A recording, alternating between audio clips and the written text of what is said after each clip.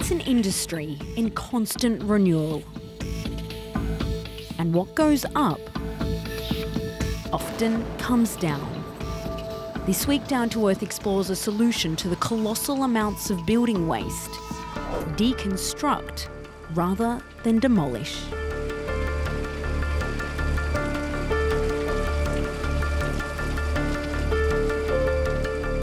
Je suis François Présimilco, je suis le directeur commercial d'Iprema et notre spécialité c'est de faire du recyclage de déchets. On réceptionne des déconstructions liées aux travaux publics.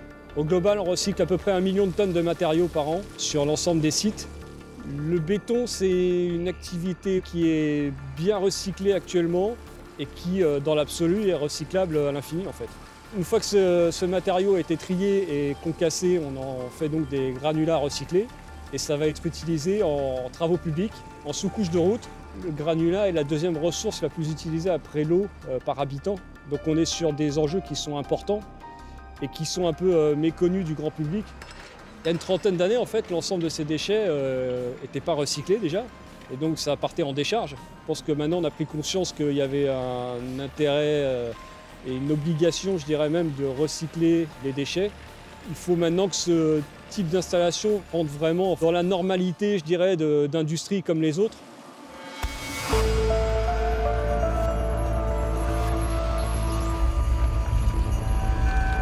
Every year in France alone, the building industry produces 46 million tonnes of waste. That's compared to 30 million tonnes from households. Now, the most valuable of this material gets recycled at places like this. But huge quantities remain of wood, plaster, carpet and glass, not to mention the polluting wastes such as asbestos, paint and glue. Now often this material ends up getting dumped in nature. With 130 unregulated sites sprawled across Paris, it's a phenomenon that's both illegal and incredibly hard to control.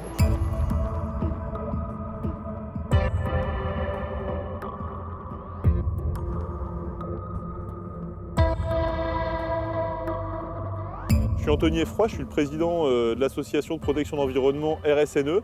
Et là, on se trouve en fait sur une des plus grandes décharges sauvages de France, à Carrières-sous-Poissy, à environ une vingtaine de kilomètres de Paris. Dans cette décharge illégale, en fait, on a 90% des matériaux du BTP et des matériaux de la déconstruction du bâtiment, en fait. Je suis assis évidemment sur une baignoire, mais autour de moi, vous pouvez voir des matériaux type gravat. Un petit peu plus loin là-bas, vous avez de l'amiante. À l'arrière là-bas, vous avez encore des pots de peinture avec cette infiltration comme ça de solvant dans les sols. Il faut savoir ici qu'à 6 mètres de profondeur, vous avez la nappe alluviale. Donc c'est la nappe de la Seine avec le risque en fait de dispersion de ces pollutions dans le fleuve. Nous, on estime aujourd'hui qu'il y a non seulement un risque sanitaire pour les populations, mais qu'il y a également une atteinte à l'environnement. L'Île-de-France est concernée par une multitude de chantiers qui sont soit liés au chantier du Grand Paris ou alors au chantier des Jeux Olympiques.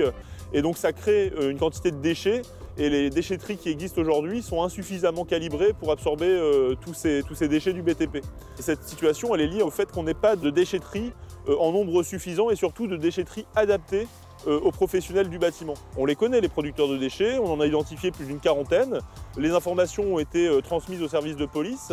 Donc pour nous, il semble naturel que le principe pollueur-payeur s'applique et que ce soit les entreprises qui sont responsables de cette situation qui payent.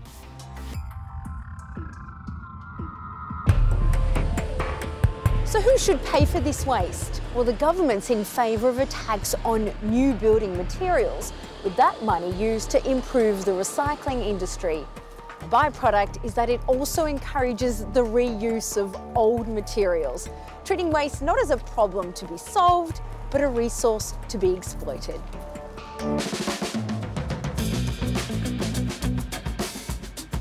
Je m'appelle Sandy Messaoui. Nous sommes au cœur de la cité Gagarine-Truyot, qui est une cité d'habitat social située en plein centre-ville d'Ivry-sur-Seine. On est au sein d'un bâtiment qui a été inauguré par Youri Gagarin lui-même en 1963. Il n'y aura pas d'explosion ici puisque nous sommes en centre-ville. On va redonner une nouvelle vie à ce bâtiment en revalorisant les bétons, les briques, mais également les éléments du second œuvre du bâtiment. Donc ceci nous amène à déconstruire de façon différente, alternative et vertueuse. L'immeuble Gagarine, 30 000 tonnes de béton et de briques, et nous allons revaloriser 90%. Le réemploi, les éléments du second œuvre, les radiateurs, les portes, les boîtes aux lettres, les dallettes, les chapeaux de cheminée, on va leur donner une seconde vie. Nous avons ici 1500 radiateurs en fonte qui datent de 1961 et plutôt que de les envoyer dans déchetterie, ils vont avoir une nouvelle vie pour 50, 60, voire pour les 100 années à venir. Pour des questions de sécurité, un certain nombre d'éléments ne peuvent pas être valorisés. Et je pense notamment aux éléments qui sont amiantés ou qui contiennent du plomb.